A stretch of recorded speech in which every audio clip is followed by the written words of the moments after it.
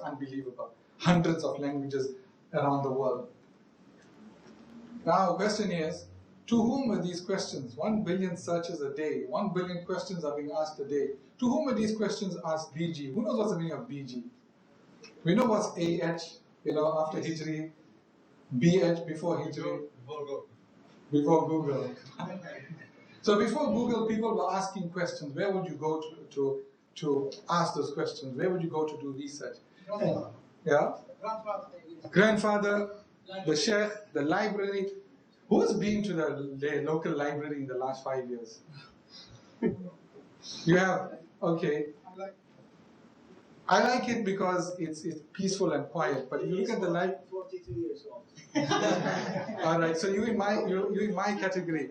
Sometimes it's nice to go and sit and enjoy the peace and quiet, but nobody goes to the library anymore. And here's where, especially you youngsters, I want you to absorb this. If a person, and I'll explain to you more about this on Friday, if a person sitting in an office tower in Los Angeles or in Dallas, Texas, or in somewhere in London wants to find out, say he came across a news report about something about Muslims, something about Arabs, where is he going to go and look for that? Library, TV. He will Google it. He will Google it. He will Google it. That's what everybody is doing. But now, let me ask you another question. Who on Google is giving him good sound advice about Islam and the Muslims? Everyone. Everyone. Good. Very little. Everyone is talking about Islam and Muslims, but not all of it is good. 90% of it is bad. One of my students the other day was seeing, he was seeing a YouTube video on the 5 pillars of Islam. You guys know the 5 pillars of Islam, right?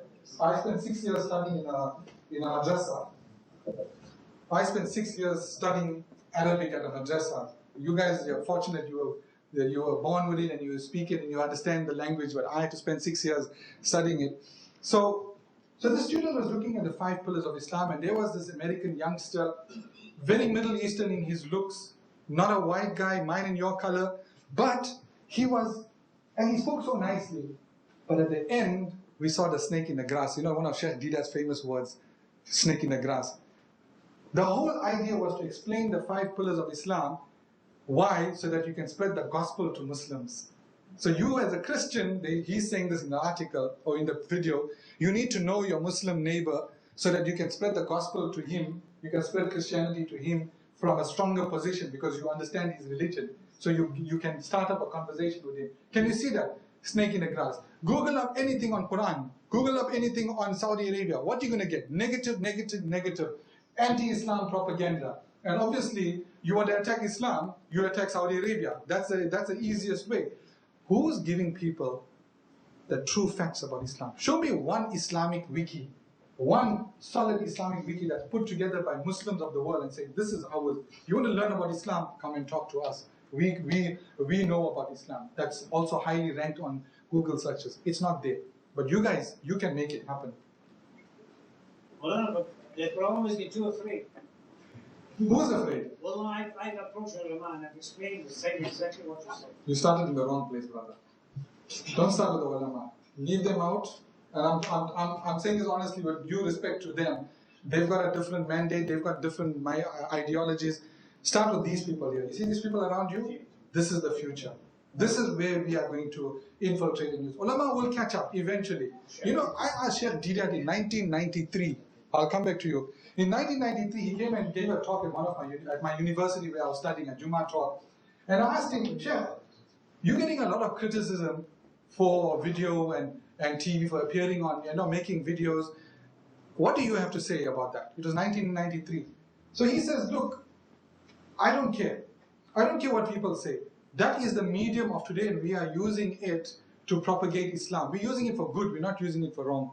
Today, how many years later? 1993, 2003, 2013, 2014. Now some ulama are using it. They say, okay, if you want to use it for propagating deen, you can use it.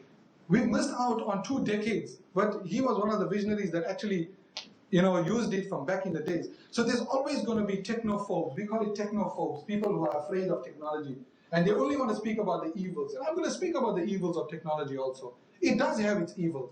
I mean, it's the same. You know, with a car, you can use a car to go to the masjid, or you can use a car to go to the nightclub, but it's still the same car. You don't blame the car. You blame the person that's using that car. You blame the driver. Now, in the same way with technology, I've also approached a lot of ulama. I've got this idea from the past decade of an Islamic wiki called the Bukhari Project, right? Well, that's the name I gave it. It's just in honor of Imam Bukhari. For those of you that understand, you know, the books of hadith, what Imam Bukhari did was he took hadiths that were from different Sahaba and he put it together into his collection, and that became the most authentic book of hadith. Today, largely, our religion comes from the collection of Imam Bukhari. So he brought it. Now, what I want to do is bring Muslim thoughts together, Muslim thought leaders together into one online platform. They never even have to meet each other throughout their life. And inshallah, if we can do this, then the sky is the limit, really. Google makes their money through advertising, through the AdWords advertising. It's a very small amount of money they take for the adverts, but because they got large numbers, so they can get more. So, like for example, just to give you an example, instead of making $1,000 of 100 people, if you make $1 of 100,000 people, you still end up with the same amount of money. So that's what Google is doing. Small numbers, but huge volumes with their advertising. Their search engine is free, but when you do a search, you find these adverts on the side. AdWords, now people are paying for that. And every time you click on that advert, the advertisers are paying. So you advertise to put it, and you advertise to pay. Then also Google, we're only seeing one part of Google. There's a whole corporate side to Google where they offer Gmail and things like that to companies. They offer their Google apps to companies at a price. So Gmail, for example, is about $50 per user $50 per user per year. So if you want to sort of use Google in your company, then you or Gmail in your company, then you'll pay $50. Now imagine how many companies are using that. They are making a phenomenal amount of money. Today, the total number of text messages sent and received exceeds the population of the planet.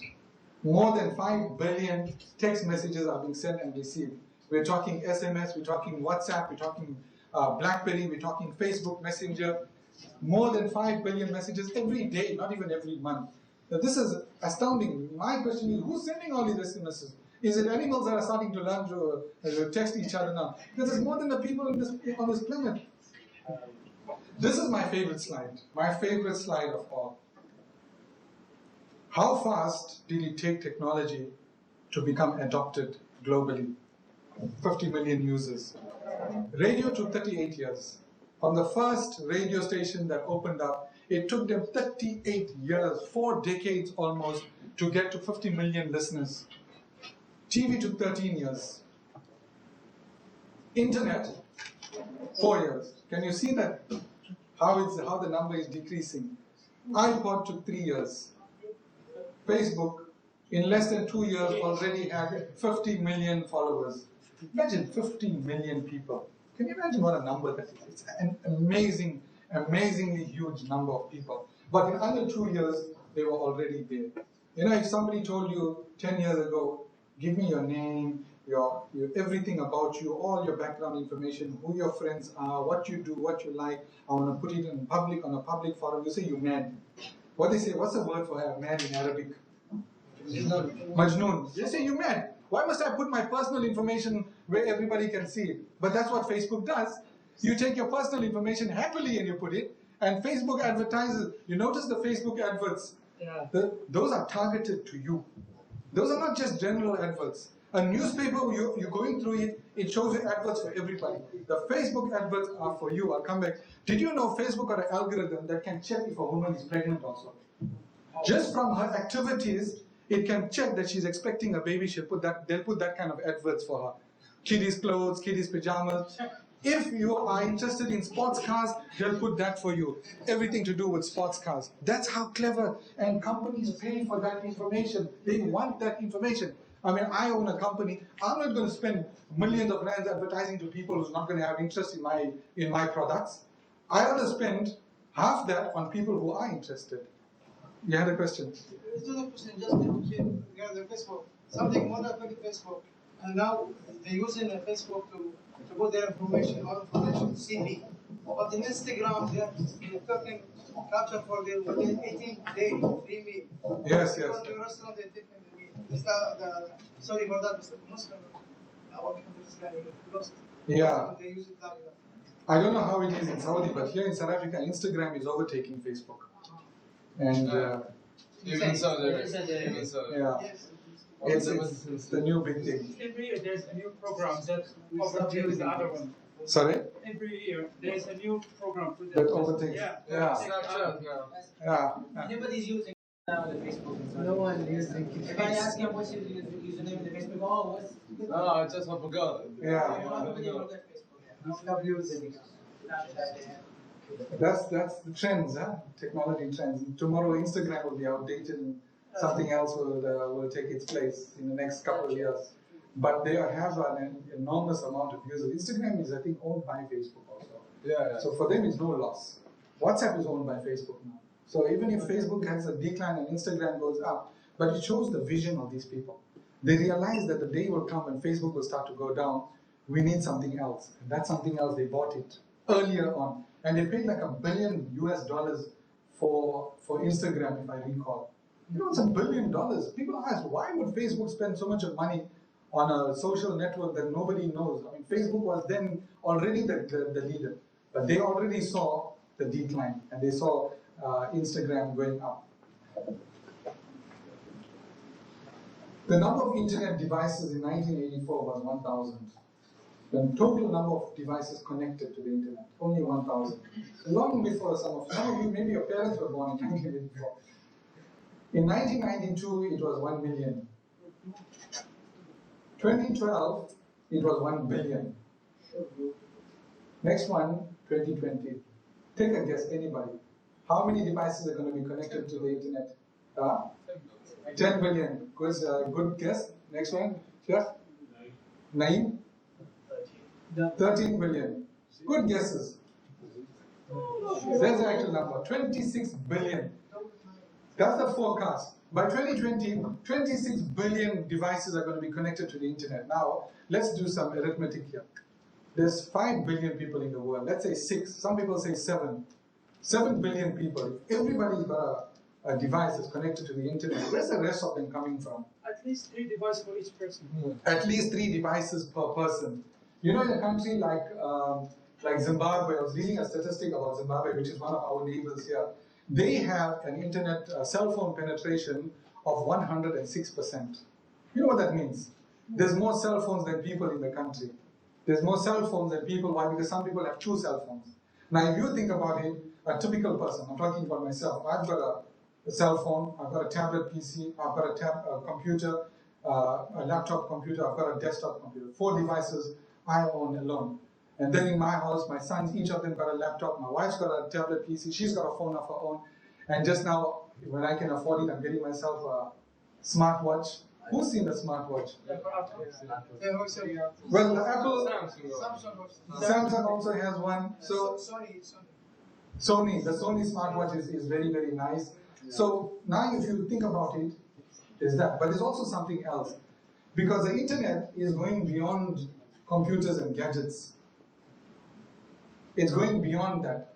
Up until to 1990s, early 2000s, the growth was very slow of the internet. And we noticed that around about 2007, it started accelerating. This was the one responsible, right? The iPhone. Anybody knows how many iPhones were sold to date? From start? 10 million? About 500 plus? No, iPhone. Close. 500 million. Alright, you came million, OM. 500 million iPhones were sold today. You know the iPhone 6, in 3 days they sold 10 million. In 3 days. Now how nice if we had companies like that. That's why Apple is the most highly valued company in the world. But it's also this. This phenomenon is known as the Internet of Things. I'll explain to you what this is. This is, you know, we had before in the old days, in my days, if you wanted to check your email, you would have to go to a computer, dial up, you'll hear the dial-up sound, connect, check your mail, disconnect, and then walk away. Then the iPhone brought the internet into your pocket, but this is a Samsung Galaxy. It brought the internet into your pocket. But now the internet is going beyond the realm of gadgets and devices and is going to things. The internet of things means things that were traditionally never connected to the internet, like watches. Samsung is coming out with a smartwatch that connects directly. The current smartwatches connect via your phone, right? With Bluetooth, they connect to your phone and they reflect whatever is happening on your phone. So if you get a message on your phone, it shows on your watch. But the new generation of smartwatches don't even need a phone. They are a phone in themselves. So that's a one thing. Shoes. Nike is making shoes that are connected to the internet. Can you believe that? And these are high-end shoes, especially for professional athletes. Tennis rackets. Can you imagine an athlete will have a tennis racket that's connected to the internet? So while he's playing, a tennis player, it will detect his movements. It will pick up where the shortfalls in his movements are. The runner that's running will pick up why this person, if he's got a limp, if he's not doing too well, not performing, or how can he improve his performance, because that shoe is constantly talking to his trainer. Clothing. Heart patients will be wearing clothing that's connected to their heart specialist.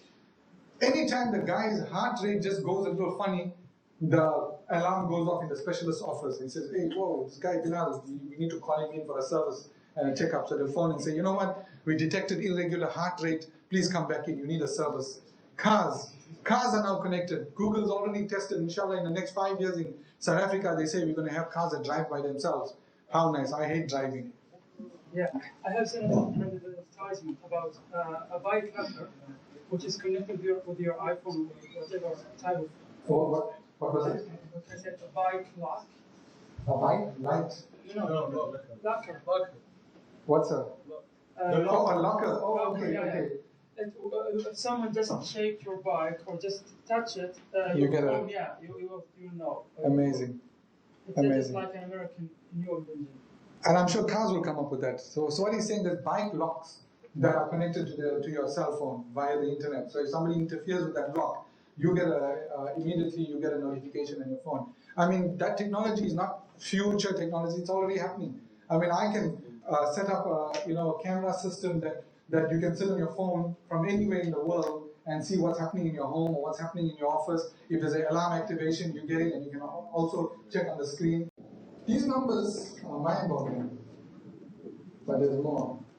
Did you know, and this is now, I'm bringing it home to you guys, mostly you guys that are students, the amount of new technical information is doubling every 2 years. So every 6 months to a year, things are just doubling and tripling. And we can see that with every new technology that's coming out. This means that for a student studying a 4-year technical degree, and this is a global phenomenon, half of what they learn in the first year will be totally outdated by the third year of studies. So come year 3, a student studying computer science at the most advanced university in the world, wherever it may be, is already outdated. Now, We start to Proton these days. Really, it's amazing. Still, we are teaching Proton and these things. yeah, What about news? what about? What about the news? It is. But it's not really bad news, it's an opportunity. This is where we and my company at IT Varsity, we are fighting this and we are winning this fight because our work is totally different from other colleges. We don't employ lecturers, we employ software engineers to teach our students. So they know what's happening in the industry and they bring it. A new technology comes out this month, next month we are teaching it already. That's a difference, that's what's needed.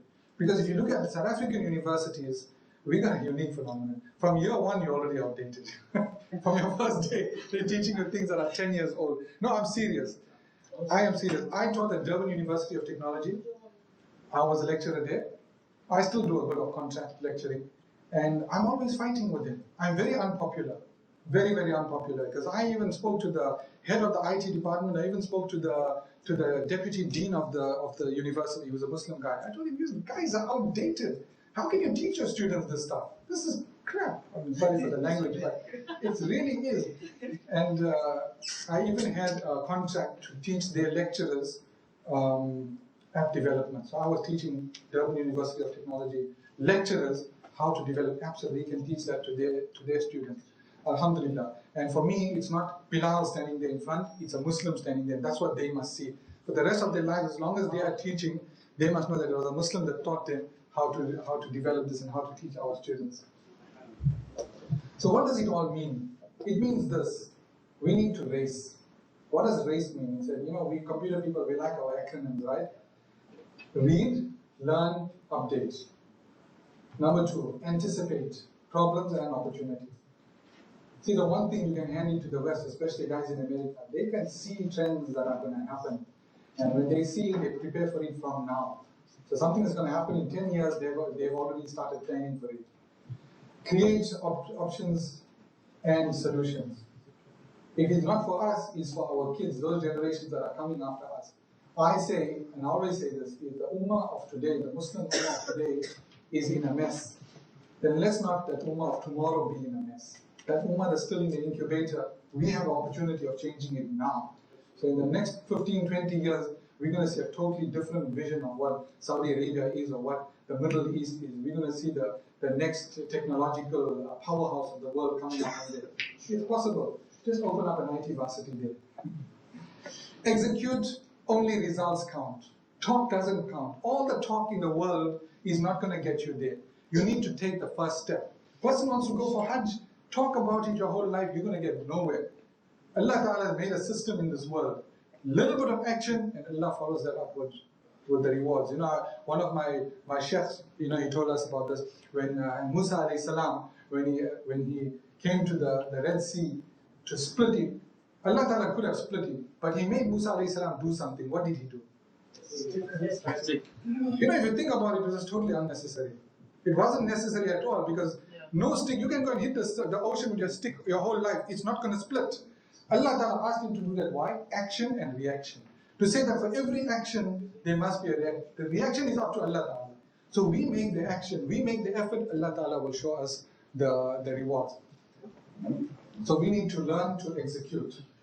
Some questions we need to be asking ourselves, especially the younger generation. How many books a month do I read? Or in today's terminology, how many blogs do I read? And how many are about technology?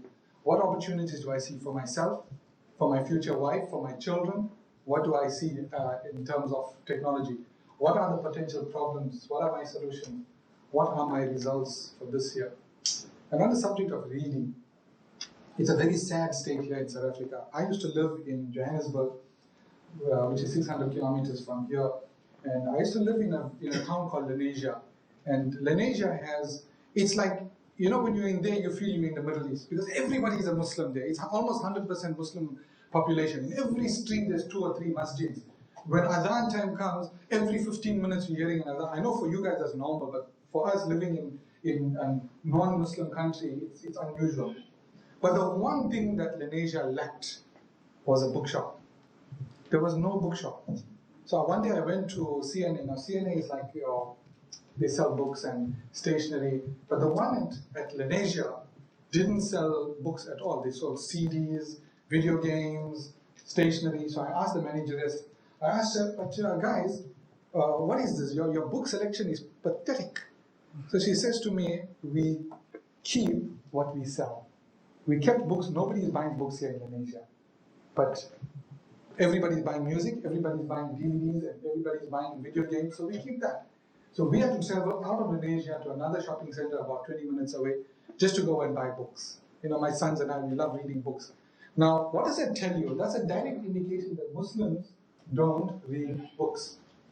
And it's common. You go to a school, you go to a university, you talk in a masjid, you ask people, raise of hands, how many of you read a book in the last month? You're going to get maybe 1 or 2 hands up. Now, if we are not reading and we're not updating ourselves, we're not becoming aware of what's happening in the world around us, how are we going to be leaders of tomorrow? How are we going to be leaders? How are we going to take this ummah from darkness into light? We're not even good enough ourselves. How are we going to lead the whole world into the light? So brothers, how many books do I read? These are my contact details. Obviously, you are going to get them, but if you pull out your camera now, I'm going to give you 10 seconds and just take a snapshot of this. I mean, does anybody still write all this? Yes. We go too fast. We just stop halfway. Yeah, just snapshot and move on. You want me to stand next to it and smile, so you know who is because he might go back home after a few months and say, who's this Bilal? Can't remember. That's my website. You can go and visit, inshallah. and give me your feedback. We also have, for those that are interested in learning about Aisha, we've got a e-learning system, a fully fledged e-learning platform that we've developed, and we'll be offering our courses globally, inshallah. Any questions in the meantime? I'm just opening up my next slide. If anybody wants to take a break, you're welcome to do so. We'll wait for you. Yes, okay. This is maybe a story. One time I was, before one time in Ramadan I was about to go to Tarawih, and one sheikh was tweeting Twitter, maybe 6 to 7 tweets per day. And after the prayer finished, he took the mic and gave a ceremony for the women who are attending. Please don't use Twitter. So he's doing the things that he tells people doing the opposite and doing such of technology, mostly avoiding, stay home, something like that. I mean, this is very frustrating. You have, what's your comment? What Ebrahim is saying is, in his hometown, there's a sheikh that uses Twitter, but then he'll give a talk that to the women not to use Twitter. My take on it is this. I can easily jump on and say this guy's got a double standard here, right? But I can also, to an extent, I can understand the concerns that the sheikh has, and I'll show you some of that. You see, when people are given something, especially this technology, like I said, I've got 3 sons, they've got laptops, they've all got cell phones, but there are very strict rules around how they must use this technology. So generally what I find is we as parents, as chefs in the masjid, we feel lazy to tell people about the rules and enforce those rules, so we just cut it off altogether. But we don't realize, by cutting this off altogether, we are depriving our people of these opportunities. Our women, for example. Now, my wife is also, she dresses up in the hijab, no problem. But she's also very active on the internet. She speaks to, my sons go to, they don't go to school, we're homeschooling them, so she speaks to other parents, she gives her ideas, she defends Islam on Facebook where people attack Islam. Now, that's how it's supposed to be used. So we got this. My sons are into computers and programming and app development. I showed you a picture of my youngest son, Zakaria, who's teaching other kids to program computers. That opportunity is there. I'm creating a future for them in technology. But they're also very aware of the dangers that are out there. They know the rules. You never ever, one of my eldest son, he's now 16 years old, when he was about 6, he put his name, his address, his phone number, everything onto his Facebook profile. And because I'm a parent that takes an interest in what my children are doing, I saw that and I stopped him. I said, you don't do this kind of thing because there's bad people out there that prey on young kids like you. So put your name, but leave out all the other information. So it's the same with our females. You know, with us as Muslims, keeping in mind the laws regarding hijab, our women are a huge, huge potential, how can I put it? They are a resource, an intellectual resource for the ummah that we haven't tapped as yet. You know, why did Rasulullah marry Aisha? Why? Because she was a potential resource. She would take his most personal teachings out to the world. Now we need to do that. We need to train our females. There's going to be, you know, what I'm saying, there's going to be a lot of controversy around this, but you know what? I need to say what I need to say. We need to teach them to use this technology for the best. I've trained people that came to my college, women, Muslim women, full hijab, right? I've never seen them. They used to sit in the back of the class and do their thing. Today, some of them are running thriving businesses. From where? From home. They never see their clients. Their clients never see them. They discuss whatever over the internet. She does the development for them. She uploads into the server and it's done. She just collects the money via EFT, via funds transfer. So there we have it. It's an opportunity, like I said, to do wrong things, and it's an opportunity to do a lot of good things. A lot of Muslim females in my family, students also ask me, hey, but this guy is attacking Islam and the Muslims. We don't know what to do. We don't know what to, because nobody taught you what to do. So we say, nah, don't use internet. But they are using it. The Zionists are using it. You know, during the height of this last action the zulm that they were doing on Gaza, I had so many Zionists following me on Twitter. I'm thinking to myself, yeah, I'm a Muslim. Clearly on my picture you can see this is a Muslim here. But why are these guys following me? You know why? I'll tell you. In the hope that I'll follow back. And then they can start tweeting me all their nonsense. They're active. Their women are active. Their children are active. We are not. Homosexuals are active. They marketing their cause. Gay rights. You are a homophobe if you don't accept that. Muslims, don't use technology. Technology is bad. Technology is dangerous. There's pornography out there. Pornography is there, but you know Allah is also there. He's watching you. You're not going to go and use it when you know Allah is watching you. So, there's ways, measures that we can protect ourselves and our families. Okay, I want to speak about something else. This is my last presentation for today. Some of you are breathing a sigh of relief. Thank God.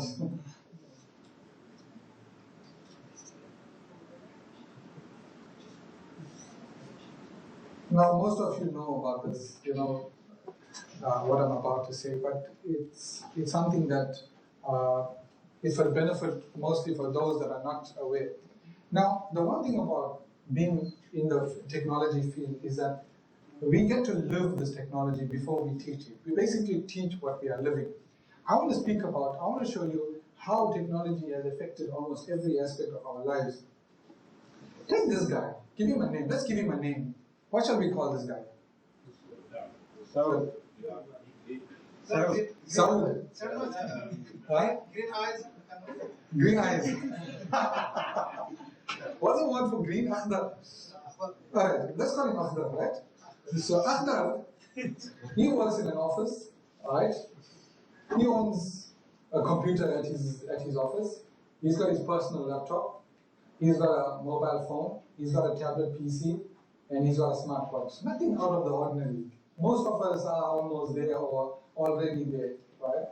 And all of these devices are connected to him in some way or the other. And how are they connected? Via the cloud. Via the internet, they are connected to each other. So if he does some work on his office computer and he saves it into his Dropbox, it's automatically, when he goes home, it's there on his laptop, there on his tablet, there on his phone. Now, when you look at him, he's living in an ecosystem of technology, of gadgets. But his ecosystem is not an isolated one. He lives in an ecosystem that he shares with other people. So everybody has their own ecosystem, and everybody's ecosystem is linked to everybody else. So via your laptop or via your mobile PC, right now some of you may be texting your family back home. They've got their own ecosystem, you have your own. So the internet and the cloud has brought everybody together like this. It's brought us into a kind of a jama'ah. It's a gathering. You know, Rasulullah sallallahu alaihi wasallam, Islam itself is very big on networking. Mahmoud, I'm quoting you now. Islam is very big on networking. This thing about social living, first and foremost, Islam is called, we are known as what? An ummah. We are known as a ummah. Why? An ummah, the word ummah means a gathering. It's a group of people. Let me ask you a question. If you perform your salah at home, is there anything wrong with that salah? No. It's acceptable, right? But why did Rasulullah say perform your salah in the masjid? To gather people together. Gather people together. Unity. Sure. The unity of my ummah is in the straightening of the safs. You see that? Hajj. Why didn't Allah Ta'ala make a different Hajj for different nations in every different part of the year? Why Hajj one time of the year for everybody? Why? Gathering. So in the masjid, let's start from the home. Rasulullah Sallallahu Alaihi Wasallam, when you're eating, how did he teach us? Everybody eat in their own rooms? No, eat together. In the masjid, together. Can you see that? So from the home, it starts. Masjid, community, Jumu'ah. Now everybody is reading in a separate musalla. Come Jumu'ah, they go to the Jamia. And everybody reads their salat in the Jamia. Gathering in the city. Countries and nations during Hajj and Umrah. Can you see that? So Islam is very strong on inter-networking. We should identify with things like social networks more than any other religion, because for us, our religion is all about connecting with each other. We are instructed to connect with each other. In the Quran, we are instructed. In the Hadith, Rasulullah sallallahu alaihi wasallam instructs us that go and meet your Muslim brothers. This is the beauty of this ummah here. And how nicely Allah Ta'ala puts it in the Quran, different nations, different languages, different colors, different, traditions, but we are all one single ummah. So in this way, technology actually takes the teachings of Islam and brings it together in a far more convenient way. Let's talk about some apps, all right? This is the Google Calendar app, or the symbol. This is the Google Calendar app.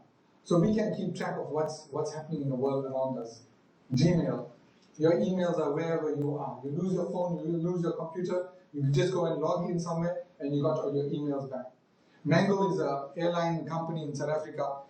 And you guys know, you probably already did this. You booked your plane seats, right? From your computer, from your phone. You can even book exactly which seat you want to be sitting at, and when you go, it's already there. Twitter is the most, and some of you may be surprised when I say this, Twitter is the most powerful social network. Much more powerful than even Facebook. Thanks to what? Hashtag. You know how powerful the hashtag is? It's dynamic. It makes Twitter dynamic because the hashtag brings together people from different parts talking about the same thing. So somebody in the back there is talking about a subject, somebody here is talking about a subject, the hashtag brings them together. So whatever you're talking about, the moment you hashtag it, it's available globally. One little tweet, can you imagine what capabilities Allah has put in the hands of this ummah? What power Allah has put in His hands here? You can hashtag whatever you want, you can get your message out there. Give you an example. I prepared some tutorials on our e-learning system, Java programming tutorials, and I put it out on Twitter and I hashtagged it. Not 2 hours later, I got an email from Oracle. Now, Oracle owns Java. Oracle is one of the biggest IT companies in the world, one of the biggest software companies. I got an email from one of the product managers there at Oracle. I saw your tutorials, awesome stuff. How can we help you? I said, great stuff, oh nice. Nice opportunities to join up with companies, but how much better opportunities to do da'wah amongst people of this world. To take that mandate that I mentioned in the beginning, that Allah Ta'ala has given us that responsibility, we can use technology. Sitting at home, you can do da'wah today. Sitting at home, you can speak to people around the world. Accident. I mean, you're traveling somewhere, on Twitter you can see, hey, you know what, this highway, there's a bad snarl up, there's a bad accident, let's take an alternative route. What you're going to do, you're going to look at Google Maps, and you're going to say to Google Maps, find an alternative route. Can you imagine that? Phones that tell us where to go, give us guidance. We don't even have to go and ask for directions anymore. Our devices, if I told you this 10 years ago that you're going to have a phone that can tell you how to get from point A to point B, you'll laugh at me, you'll say, Majnoon, right? Skype, speaking to people around the world face to face. You didn't have to be here. You could have seen me, I could have seen you thanks to Skype, thanks to Google Hangouts. Microsoft Office is now online also. This is a project management tool. You guys are working on projects. If you will be working on projects in the future, I'm giving some free education on technology, right? So don't complain. We use Trello to manage our projects at work. And Trello is an online project management tool. So I can look at my phone and see what everybody's doing in my office right now. Because anybody who's doing a task, they move it to doing, and when it's done, they move it to done. All the tasks. So I set out the tasks from anywhere in the world. I can say, right, you do this, do this, do this, do this, and do that. And I can see the progress of those tasks thanks to Trello. So if you guys are looking at project management, IPCI, it's free also. Google Analytics. I don't know if you guys know about Google Analytics. If you got a website, IPCI, this is very useful for you guys. How many people are visiting your website every day? From which countries are they coming? How long are they staying? Which are the pages they are looking at? Analytics tells you in one screen, it tells you all that information. Anybody recognizes this? Yes, Ebrahim. Before. Evernote. We scan all the Googles, Yahoo's everywhere, search engine. This one. This is not a search engine. This is a note-taking application. If you don't use this, please use this. Because every day we have ideas, right? sitting in a car, going somewhere. Even in our salat, sometimes we have some ideas, isn't it? Not the best of times to have an idea, but we have ideas. Take it on your phone, Evernote it. What is it called? Evernote. Evernote. Evernote. What's the difference between this one and the note-taking program apps inside the Galaxy? You can't go to bed. Very, very big difference. No? Do you speak into that or do you tap into it? How do you access it? Just Evernote. Okay, Evernote, let me tell you guys how it's different and how it works. Number one, it's very different because it's web-based, right? Although you download an app, if you got a Windows, a Mac, or a Linux, or an Android, or an iPhone, it's available on all platforms, right? Number one. Number two, you put a note onto, you say you on your device, on your mobile phone, right? And you submit it. When you go back to your computer, it's already there, right? So it shares notes among all your devices. The other thing is you can share, you can put up not just notes, but you can put up web pages, links, photographs. So you take a photograph, say you got this notes here, you take a photograph, you upload it to your Evernote, it converts that image into text, it does the OCR for you, right? And it's even got support for multiple languages, so even if you've got Arabic text, it converts that for you. It's got a reminder application built in. So if you got your reminders, you need to meet someone, you got a task to do, you put it in there. For me, personally, Evernote just runs my whole life. I run my entire life, business, everything. Anniversary, you don't forget anniversary in South Africa, right? Wedding anniversary. I don't know how it is in your country, but here you forget your anniversary, you must go sleep outside with the dog. So everything is a reminder, and it tells you. It keeps tracks of your tasks that you are doing, your ideas. I get lots of ideas. As I'm sitting here, standing here, I'm getting ideas. So this is a very good app for that. Very, very powerful app. Try it and you'll know why I'm recommending it. How do you spell it? EVER. Yeah. EVERNOTE. Evernote. And here's a nice part.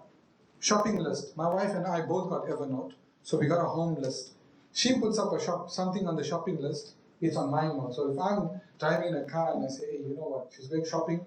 I need something. So I just put it on that note, and it's all automatically on her list. So when she goes shopping, she can see it there. Okay, I need to buy this. So it's amazing what this technology is capable of. Right? Dropbox, everybody knows. We use this very, very extensively. Right. I promised you earlier on, I'm going to tell you a bit about the Internet of Things. Now I'm going to show you a little video about the Internet of Things. Your next refrigerator may know more about your diet than your doctor. How many objects do you have that are connected to the internet?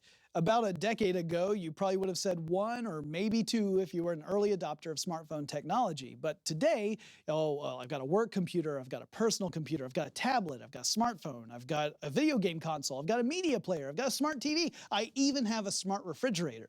Now, extend this trend outward, and what do we get? Well, it's estimated by 2020 there will be 50 billion objects connected to the internet. Now that's billion with a B. It's also estimated by the US Census Bureau that there will be 7.6 billion people alive at that time. So that means that for every person there will be 6.6 objects connected to the internet. We're talking about a world blanketed with billions of sensors. These sensors are taking information from real physical objects that are in the world and uploading it to the internet. It's a world where your environment transforms as you walk through it, because technology that you may not even be aware of is monitoring your every move. It's a world that's constantly changing all around us due to these sensors and the internet, and we call it the Internet of Things. Let's stroll into the living room of the future. Now, immediately, this room identifies you and taps into a cloud-based profile of preferences like climate control, music, lighting, and decor. Had a long day at work? The room knows, based on the calendar app on your phone and biosensors that detect the stress via blood pressure and heart rate. So it turns off the rockabilly surf guitar you usually listen to and switches to a more soothing classical music. From environmental sensors outside and maybe even worn within your clothing itself, it knows it was snowing earlier, so the climate control begins to crank up the heat in anticipation as you walk through the door. Now, on the software side, we're talking about algorithms that are so sophisticated, they may be able to predict what you want before you know you even wanted it. So when you walk to the refrigerator, it tells you not only what's in there, it tells you what you can make with the stuff you already have. And it's already telling you what's inside and what's the perfect meal based upon your mood, your activity level, and maybe even, well, your weight loss plan for some of us. As for how many objects could be connected to the internet, well, consider this. The latest version of Internet Protocol, IPv6, creates more potential addresses than there are atoms on the surface of the Earth. So we're going to live in a world completely filled with sensors, with data, reacting to us, changing every moment dependent upon our needs. I'm no longer going to be asking you, hey, what's your favorite color? What's your favorite music? I'm going to ask you, what's your reality like? I know what mine is when I walk into my house, how the world reacts to me, but how does it react to you? This is more than philosophy. It's more than technology. It is altering reality as we know it. And it's all regulated by the Internet of Things.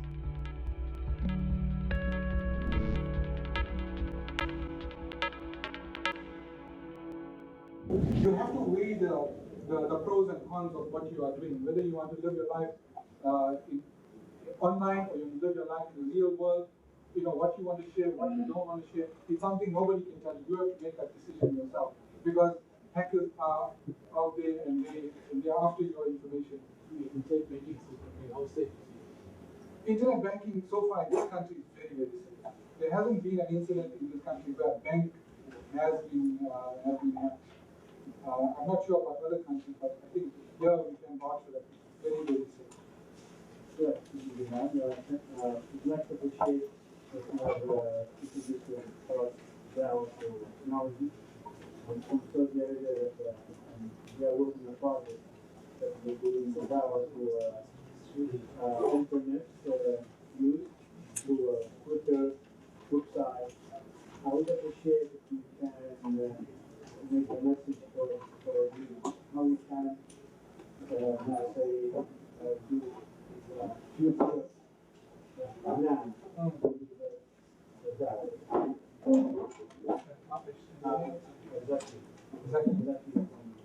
Okay, Sheikh Zaki's got a question. He says,